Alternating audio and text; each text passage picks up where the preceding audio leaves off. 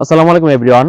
BPL এ টানা 6 পরাজয়ে mission হেক্সা পূরণের পর টানা 2 জয়ে নোয়াখালী এক্সপ্রেস দলের মধ্যে কিন্তু এখন একটা উৎসবমুখর পরিবেশ সৃষ্টি হয়েছে।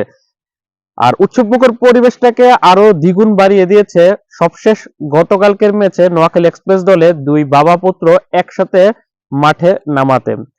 আমরা সকলেই জানি যে মোহাম্মদ নবী নোয়াখালী এক্সপ্রেসের হয়ে খেলছিল, তার সাথে কিন্তু মোহাম্মদ নবীর সাথে যোগ হয়েছিল তার পুত্র হাসান ইসাকিল। যদিও সে বিপিএল শুরু থেকে দলের সাথে ছিল, কিন্তু টিম কম্বিনেশনের কারণে তাকে একাদশে সুযোগ দেওয়া হয়নি এবং বিপিএল এ তার ডেবিউ ম্যাচেই সে 60 বলে 92 রানের দুর্দান্ত একটা ইনিংস খেলেছে। 150 প্লাস স্ট্রাইক রেটে 7-4 এবং 5 ছক্কায় মোহাম্মদ নবী ব্যাট হাতে 13 বলে 17 পাশাপাশি বল হাতে 4 ওভারে 23 রানে 2টা উইকেট শিকার করেছে।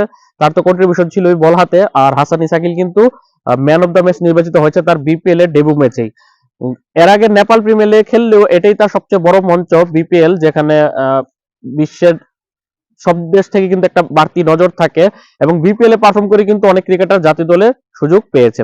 তবে পিতা পুত্রের একসাথে খেলাটা আর দীর্ঘায়িত হচ্ছে না, কারণ সবশেষ গত ম্যাচই ছিল মোহাম্মদ নবীর এবারে বিপিএল এর শেষ ম্যাচ। মোহাম্মদ নবী এখন সে উড়াল দিচ্ছে সংযুক্ত আরব আমিরাতের উদ্দেশ্যে। আগামী 19 জানুয়ারি থেকে 22 জানুয়ারি পর্যন্ত সংযুক্ত আরব আমিরাতের দুবাই ইন্টারন্যাশনাল ক্রিকেট স্টেডিয়ামে আফগানিস্তান দল এবং ওয়েস্ট ইন্ডিজ দলের একটা 3 ম্যাচের টি-20 সিরিজ রয়েছে এবং সেই সিরিজের অংশ হিসেবে মোহাম্মদ নবী দলের ক্যাম্পে যোগ দেওয়ার জন্য বাংলাদেশ ছাড়ছে। যদিও নোয়াখালী এক্সপ্রেসের লিগ পর্বের এখন আরো 2টা ম্যাচ বাকি রয়েছে, আগামী 15 জানুয়ারি এবং 17 জানুয়ারি ঢাকাতে 2টা ম্যাচ রয়েছে। তবে যেহেতু 19 জানুয়ারি ম্যাচের আগে তাদের যথেষ্ট সময় ছিল মোহাম্মদ নবী আরো ম্যাচ খেলার, কিন্তু যেহেতু আফগানিস্তান দল অলরেডি গতকালকে বিকেলে পৌঁছে গেছে সংযুক্ত আরব আমিরাতে এবং তাদের সেখানে ক্যাম্প করার কথা রয়েছে, যার কারণে মোহাম্মদ নবী বিপিএল এর বাকি অংশে তাকে আর দেখা যাবে না। অনেকেই জানার কথা, সিলেট টাইটান্স এর আজমতুল্লাহ উমর জয় কিন্তু ওই ক্যাম্পে যোগ দিতে কিন্তু চলে গিয়েছে। মোহাম্মদ নবী গত ম্যাচটা শেষ করে গিয়েছে। মূলত মোহাম্মদ নবীর এবারে বিপিএল এর শেষ ম্যাচ ছিল গত ম্যাচ, যার কারণে মূলত হয়তোবা হাসান ইসাকিলকে তারা সুযোগ দিয়েছে, পিতা পুত্রকে যে এক দলে রেখেছে তারা এক একাদশে রেখে সেই 16 কলাটা পূর্ণ করলো।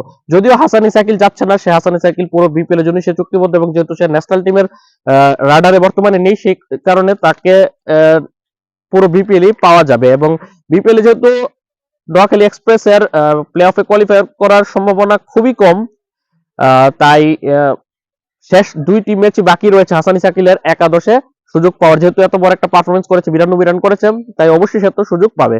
অন্যদিকে মোহাম্মদ নবী বিপিএল ছাড়ার আগে সে যে 5টি ম্যাচ খেলেছে সেখানে একটাতে নট আউট থেকে ব্যাট হাতে 95 রান করেছে, 23 ওভারে 114 স্ট্রাইক রেটে, কোনো 50 দেখা সে পায়নি। ব্যাট হাতে তেমন একটা কন্ট্রিবিউশন করতে পারেনি, তবে বল হাতে ভালো পারফর্ম করেছে, 4টা উইকেট শিকার করেছে মাত্র 6.18 ইকোনমি রেটে। বেস্ট বোলিং ফিগার হচ্ছে 23 রান দিয়ে 2 উইকেট, যেটা সে শেষ ম্যাচেই অর্জন করেছে মাত্র 4 ওভারে 23 রান দিয়ে।